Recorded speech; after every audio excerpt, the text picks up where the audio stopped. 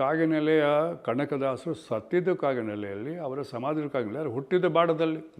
ಈ ಬಾಡದಲ್ಲಿ ಈಗ ಅವ್ರ ಅರಮನೆ ಇರಬೇಕಲ್ಲ, ಮನೆ ಇರಬೇಕಲ್ಲ ಅಂತ ಹೋದರೆ ನಾನು ಬಾಡಕ್ಕೆ ಕರ್ಕೊಂಡು 4 ಮಂದಿ ಕರ್ಕೊಂಡು ಹೋಗ್ತಿದ್ದೆ. ನಾನು ಇಂಜಿನಿಯರ್ಗಳನ್ನ ಇತಿಹಾಸ ಕರ್ಕೊಂಡು ಹೋಗ್ತಿದ್ದೆ.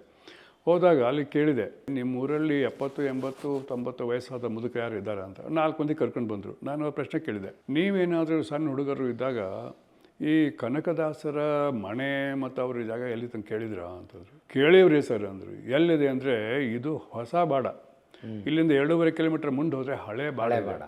ಹಳೆ ಬಾಡ್ನಲ್ಲಿ ನಮ್ಮ ಅಜ್ಜಿಗಳದ್ದು ಹೇಳ್ತಿದ್ರು, ಅಲ್ಲೊಂದು ಹೇಲಿನ ದಿಣ್ಣೆ ಅಂತಿದೆ, ಆಣೆ ಹೊಂಡ ಅಂತಿದೆ, ಅಲ್ಲೊಂದು ಸಾಗರ ಇದೆ, ಕೆರೆ ಇದೆ.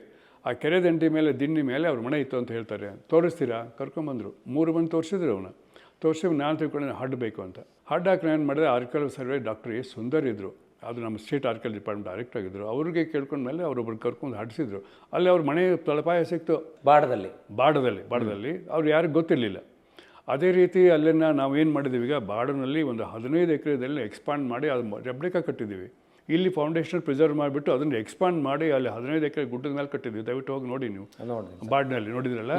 ಆದರೆ ನಾನು ಹೇಳಿದ್ದೇನೆ, ಇಲ್ಲಿ ಒಂದು ಸಂಶೋಧನೆ, ಅಡ್ಡೋದು ತುಂಬೋದು ಎಲ್ಲ ಉತ್ಖನನ. 2ನೇದು ಜನರನ್ನು ಹೋಗಿ ಕೇಳೋದು ಅಲ್ಲಿ. ಆಮೇಲೆ ಸ್ಕಾಲರ್ಸ್ಗಳನ್ನ ನೋಡಿ ಅಲ್ಲಿ ಸೆಮಿನಾರ್ ಮಾಡಿದ್ವಿ.